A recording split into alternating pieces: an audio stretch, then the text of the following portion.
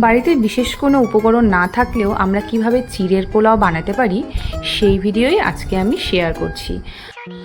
তো আমাদের বাড়িতেই ছিল কারি পাতার গাছ, সেই কারি পাতার গাছ থেকে কিছুটা কারি পাতা ছিঁড়ে নিয়ে এলাম। তারপর সে চিড়ে ছিল, সেই চিড়েটিকে ভালো করে ভিজিয়ে শুকনো জল ঝরিয়ে শুকনো করতে রেখে দিলাম যাতে চিড়েটা ঝরঝরে হয়ে যায়। তারপর কড়াইয়ে ঘি দিয়ে তার মধ্যে জিরে, গোটা জিরে, আদা কুচি, কাঁচা লঙ্কা কুচি এবং সেই কারি পাতাগুলো দিয়ে ভালো করে নেড়ে নিয়ে তার মধ্যে সেই চিড়েগুলো দিয়ে দিলাম এবং তারপর হলুদ গুঁড়ো অ্যাড করলাম, সেখানে স্বাদ অনুযায়ী লবণ এবং একটুখানি চিনি অ্যাড করলাম, কারণ চিনিটা দিলে সেই চিড়ের পোলাওটা খেতে বেশ লাগে। যেহেতু বিশেষ কোনো সবজি ছিল না তাই আর কোনো কিছুই অ্যাড করতে পারিনি আজকে। তারপর ভালো করে নাড়িয়ে নিয়ে চিড়ের পোলাওটি নামিয়ে নিলাম গরম গরম, এবং তার সাথে ছিল গরম গরম চা।